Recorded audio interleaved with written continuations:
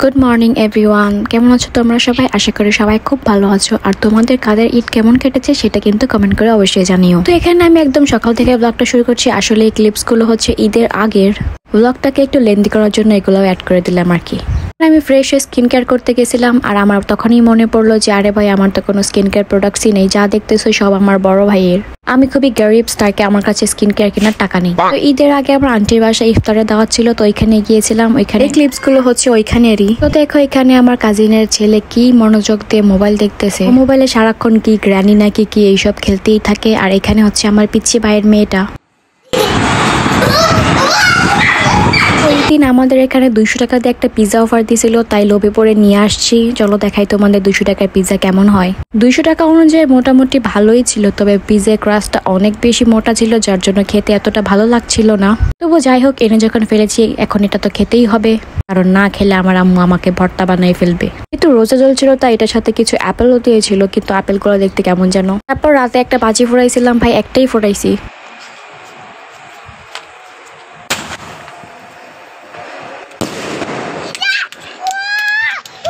আর এইটা হচ্ছে ঈদের পরের দিনে। ঈদের দিন আমার তেমন কোনো ক্লিপই নেওয়া হয়নি, কারণ আমি ঈদে কোথাও বেরই হয়নি, নর্মাল দিনের মতোই কেটেছে। তো এখানে আমরা 3জন ফ্রেন্ড মিলে যাচ্ছিলাম। তো গিয়ে তো আমাদের মুডটা একদমই খারাপ হয়ে গেল, কারণ যে রেস্টুরেন্টে গিয়েছিলাম সেই রেস্টুরেন্টটা বন্ধ। আর এই রেস্টুরেন্টে ছবি তোলার মতো অনেক ভালো প্লেস ছিল, কারণ এটা রুফটপের উপরে ছিল। আর সবগুলো রেস্টুরেন্টে আশেপাশে যা আছে তা একদমই ছোট ছোট। তাই এখানে দাঁড়িয়ে কিছুক্ষণ দুঃখ প্রকাশ করার পর ডিসাইড করছিলাম যে আমরা অন্য কোথাও যাবো। তো অন্য কোথাও যাওয়ার পর গিয়ে সেখানেও একটা ঝামেলা হইলো, যাইয়া দেখি ওইখানেও বন্ধ।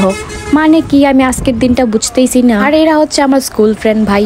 তো ওই দিনের ওয়েদারটাও যেমন কেন একটু ক্লাউডি ছিল, মানে যেদিন বের হব ওই দিনে এরকম হইতে হয়। এর আগে কিন্তু খুবই সুন্দর রোদ ছিল। তো আমরা এখন যাচ্ছি, কই জানি যাচ্ছি, হ্যাঁ সমবায় সমিতির ওইখানে গিয়ে দেখি বাহিরে মানুষ দাঁড়ায় আছে, তার মানে এটাও অফ। মানে আজকের দিনেই সবকিছু অফ হইতে হইলো, তো সবার মুডে একটু খারাপ হয়ে গেল। তো আমরা এখানে যাচ্ছি অন্য একটা রেস্টুরেন্টে, খুঁজে দেখি যায় কিছু মিলে কিনা। তখন তোমরা রাস্তার ভিউটা একটু এনজয় করো।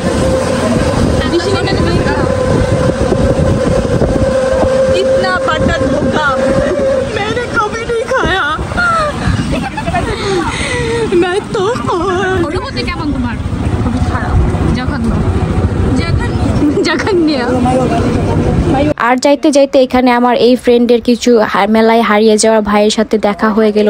ওর মুখটা তোমরা একটা দেখলেই বুঝতে পারবে যে ও কতটা খুশিতে কিছু বলতেও পারছে না। তারপর আর কি এখানে দাঁড়িয়ে কিছুক্ষণ বাতাস খেলাম, পরিবেশটা খুবই সুন্দর ছিল। এখানে আমার সিঙ্গার ফ্রেন্ড তোমাকে একটা ফ্রিতে গান শুনিয়ে দিল।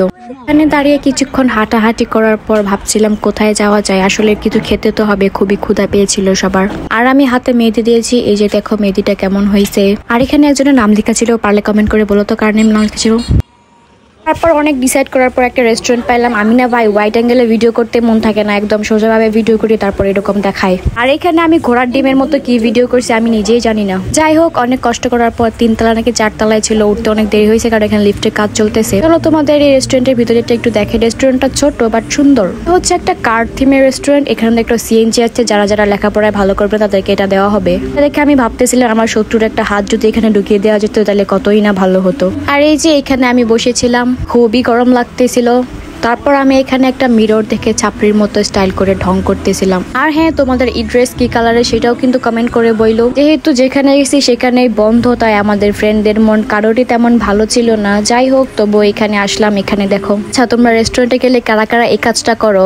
অর্ডার করার আগেই আমরা এখানে যোগ বিয়োগ করে নিচ্ছিলাম আসলে কার কত টাকা বিল আসে। প্রথমে হয়নি, তারপর আমি দ্বিতীয়বার আবার চেষ্টা করতেছিলাম। এখানে আমার ফ্রেন্ড নাকি আমাদের সালামি দিবে, তাই আমরা তো খুবই এক্সাইটেড ছিলাম। তখন দেখলাম ওর ব্যাগ থেকে টাকা বেরই করতে পারতেছে না, আসলে অনেক টাকা হয়ে গেছে।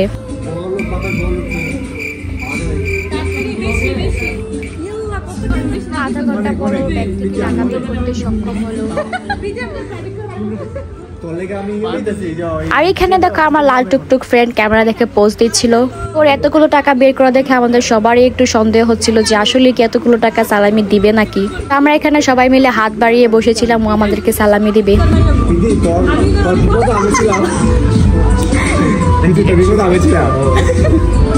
তোর কেউ ছিল না, আমি ছিলাম তোর পাশে।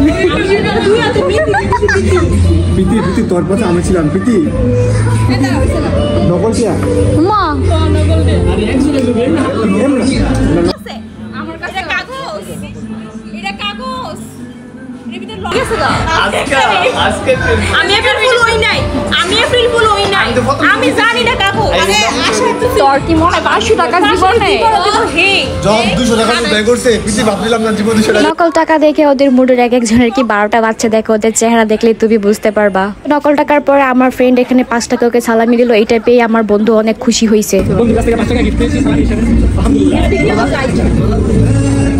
তো তারপর এখানে আমাদের খাবার চলে আসছে। আসলে এরকম ঘুরতে ঘুরতে আমাদের সবারই অনেক দেরি হয়ে গেছে, অলমোস্ট 6:30 বাইজে গেছে। আর বাসা থেকে তো আমাকে কন্টিনিউয়াসলি কল দিচ্ছিল আমি কখন বাসায় যাব। আসলে বের হলেই আমার আম্মু এরকম করে আধা ঘন্টা পর পরই কল দেয়। তো তারপর এখানে আমার ফ্রেন্ড একটা বুমেরাং নাকি বরুংবারাম কি জানি একটা নিচ্ছিল। তো তারপর আমরা খাওয়া দাওয়া করতেছিলাম সবাই। আর দেখো গ্রামে চাস্তো ভাই যখন প্রথমবার রেস্টুরেন্টে আসে তখন ওর খাওয়া দাওয়ার কি অবস্থা হয়, মানে ওর পিজাটাই কাটতে পারতেছিল না। আর ওর খাওয়ার রিয়াকশন দেখে তো তোমরা বুঝতেই পারবে যে ও কিরকম।